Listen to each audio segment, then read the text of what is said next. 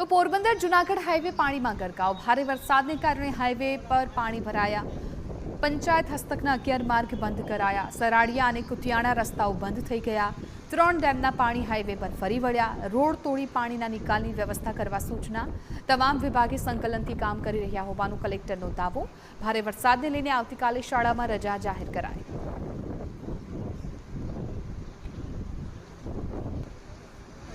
જિલ્લાના તમામ વિભાગો સંકલનથી કામગીરી કરી રહ્યા છે। તમામ ટીમોને ફિલ્ડમાં મોકલી આપેલી છે।